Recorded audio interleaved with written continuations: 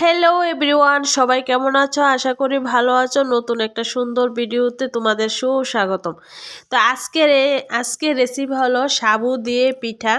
তো সাবুর পিঠা এত টেস্টি, দুর্দান্ত স্বাদ, মানে তোমরা না খেলে বুঝতেই পারবে না এত টেস্টি হয় পিঠাটা। তো নতুন একটা পিঠা তোমাদের সাথে শেয়ার করছি। তো তোমরা সম্পূর্ণ ভিডিওটা দেখো, স্কিপ না করে, আশা করি ভালো লাগবে।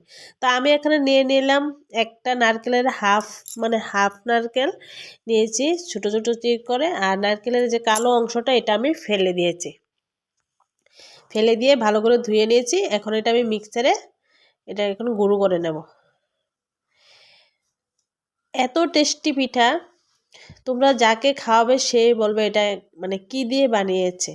মানে প্রথমে কেউ বুঝতেই পারবে না এটা যে সাবুর পিঠা। তো দুটো এলাচ দিয়ে দিলাম, দেখলে নারকেলের সাথে। এখন নারকেলটা আমি পেস্ট করে নিয়েছি, এই যে দেখো।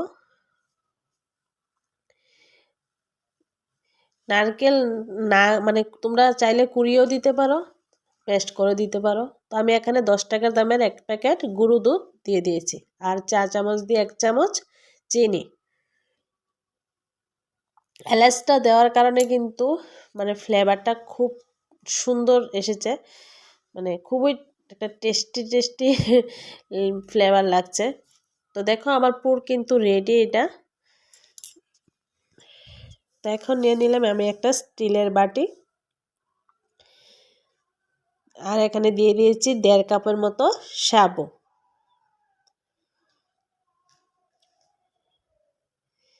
আর এখানে দিয়ে দিচ্ছি হাফ চামচ লবণ। স্বাদ মতো লবণটা দেবে। তেমন কিছু লাগছে না, সামান্য কিছু উপকরণ দিয়ে আমরা এই পিঠাটা বানাচ্ছি। আর আমি একটু করে দেখো, এখন গরম জল দিয়ে আমি এটা সাবুটা মেখে নিচ্ছি একটা চামচের সাহায্যে। তো বেশি জল দেওয়া যাবে না, অল্প জল দেবে, পরে সাবু না হলে বেশি নরম হয়ে যাবে। তো অল্প করে দিতে হবে অনুমান করে। তো এখন আমি এটা ঢাকা দিয়ে রাখবো 10 মিনিট। তো 10 মিনিট পরে ঢাকাটা তোলার সময় ভিডিওটা করেছি, জানি না কি হয়েছে, কেটে গেছে হয়তোবা। তো আমি তোমাদের বলছি, ঢাকাটা তোলার পরে আমি সাবুটা হাত দিয়ে একটু চটকে নিয়েছি। তারপরে এই যে চটকানোর পরে দেখতে পাচ্ছ স্টিলের বাটির মধ্যে যেমন আছে, তারপর আমি এটার মধ্যে পুরটা ঢুকিয়েছিলাম এইটার মধ্যে। তো এতটুক জায়গায় স্কিপ হয়ে গেছে। তো যাই হোক, তোমরা দেখো আমি জাস্ট ঢাকনাটা তুলে সাবুটা হাত দিয়ে মেখেছি। মেখে তো দেখো এখন এই মানে মাখার পরে আমি এই যে যে কাজটা করেছি, এই যে এখন তোমার দ্বিতীয়বার আরেকটা পিঠা করে দেখাচ্ছি। তো এই যে হাত দিয়ে জাস্ট একটু চেপে নিচ্ছি, আর এখন নারকেলের যে পুরটা বানিয়েছিলাম এই যে পুরটা আমি দিয়ে দিলাম। এখন আমি সব দিকে ভালোভাবে এটা একটু মুখটা লাগিয়ে নেব। আস্তে আস্তে করবে এটা।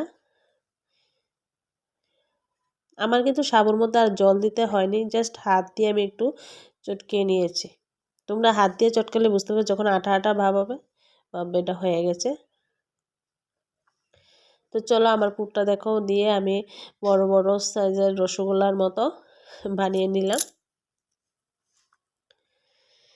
তো আমি এখানে দেখো একটা গ্যাসের মধ্যে একটা বাটির মধ্যে জল দিয়ে দিলাম, জলের মধ্যে ছিদ্র ছালাটা দিলাম। এটা আমি এখন ভাপিয়ে নেব পিঠাগুলি। আমার দেখো 5টা বড় সাইজের পিঠা হয়েছে। বড় সাইজ বলতে মিডিয়াম সাইজের রসগোল্লা, মানে বড় সাইজের রসগোল্লার মতো। তো এখন এই যে 1.5 কাপ সাবু দিয়ে এই পিঠাটা অনেক, মানে 5টা পিঠা কিন্তু অনেক।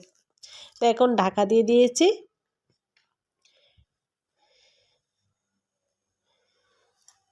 এটা একটা নতুন, একদম নতুন ইউনিক একটা পিঠার রেসিপি, খুবই টেস্টি, মানে খুবই টেস্টি। তোমরা অবশ্যই বাড়িতে, আমি বারবার টেস্টি বলার কারণ এটাই যে আমার কাছে খুবই ভালো লেগেছে নতুন একটা পিঠা।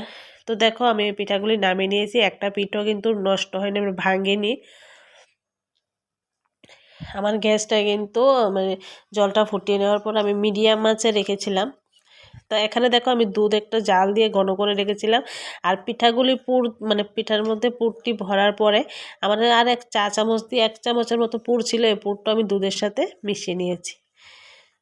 তো দেখতেই পাচ্ছ যে পিঠাগুলির মধ্যে কিন্তু নারকেলটা মানে পড়ছে, কত সুন্দর লাগছে। দুধটা আমি জাল দিয়ে একটু ঘন করে রেখেছিলাম। দেখতে পাচ্ছ কতটুক সুন্দর হয়েছে, দেখতে যেমন সুন্দর হয়েছে খেতে আরও বেশি টেস্টি হয়েছে। আজকে সম্পূর্ণ রেসিপি তোমাদের কাছে কেমন লেগেছে অবশ্যই কমেন্ট করে আমাকে জানিও। আর বাড়িতে প্লিজ একবার ট্রাই করবে, সবাইকে বানিয়ে খাইও। তো আশা করি খুবই প্রশংসা হবে এই পিঠা নিয়ে। আর সবাই জিজ্ঞেস করবে যে এটা কেমন, মানে কি দিয়ে বানিয়েছে, প্রথম তো বুঝতেই পারবে না না দেখলে যে এটা সাবুর পিঠা। তো চিনিটাও দেখো আমি 1 চামচ চিনি দিয়ে, কিন্তু এটা একটা বেশি মিষ্টি করতে হয় না, তো একটা মানে অল্প মিষ্টিতে এটা খুব টেস্টি হয়। তো চলো আজকে জন্য এতটুকুই। সবাই প্লিজ চ্যানেলটা সাবস্ক্রাইব করে দিয়ে আমার পাশে দেখো। আজকের জন্য টাটা।